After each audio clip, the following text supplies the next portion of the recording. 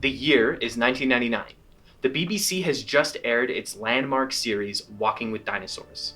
This 6-part documentary is the first attempt by television to recreate the lives of prehistoric animals using CGI and animatronics. National Geographic and Discovery Channel did not hesitate to create similar programs, presenting extinct creatures as if they were eating, running, and playing right in front of the camera. Flash forward 16 years later, and the Paleo documentary has become one of the most important and popular forms of paleontology communication, regularly reigning in high viewership and even responsible for creating a few of their own paleo celebrities. It's a Reupload, Charlie. From an artistic standpoint, dinosaur documentaries have a lot going for them. Most paleo art is limited to a static snapshot with no ability to portray true sound or movement.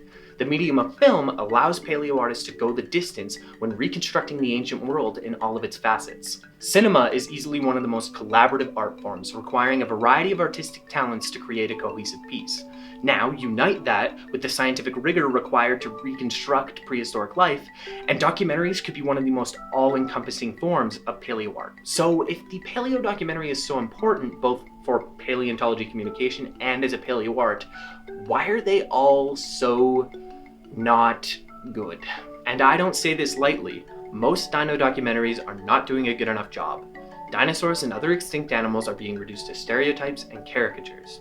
Bad CGI, poor writing, and a lack of research are the norm in this genre. These aren't unfixable problems though, and here are my ideas as to how we can improve the paleo documentary.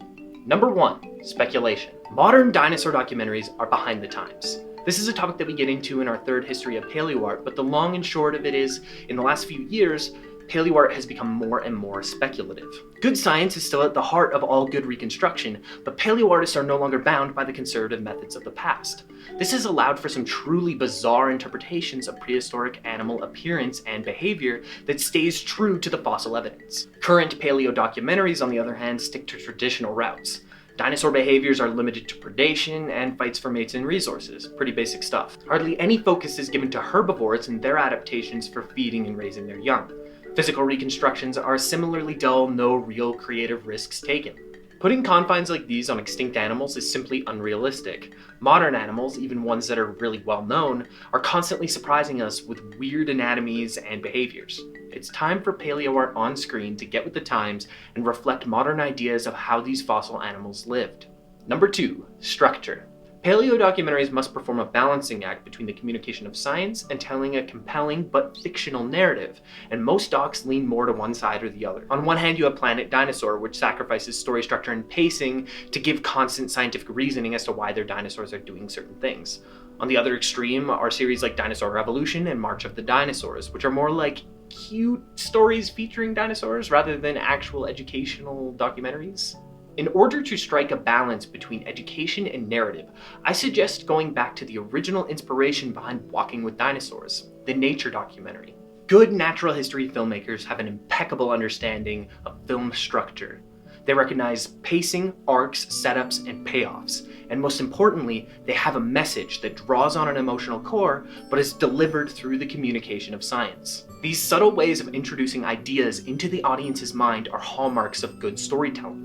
If the genre is going to progress in any way, the creators of paleo documentaries need to start taking writing seriously. Number 3, the details.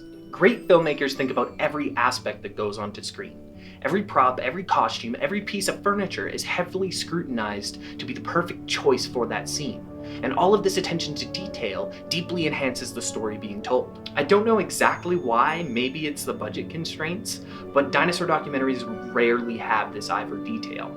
Animals have stock sound effects, they're placed in environments that don't make any sense, and their animations can be more than a little bit awkward. One of my pet peeves is when the bit players, animals that aren't the star of the show but still have a role to play, are treated like an afterthought and rendered with little care or research. Probably worst of all, though, is when documentaries completely make things up, treating fictional ideas like scientific fact. How do we fix this one? Like I said, I'm not exactly sure why these mistakes are being made, especially considering most of these works have the paleontologists and artists working side by side.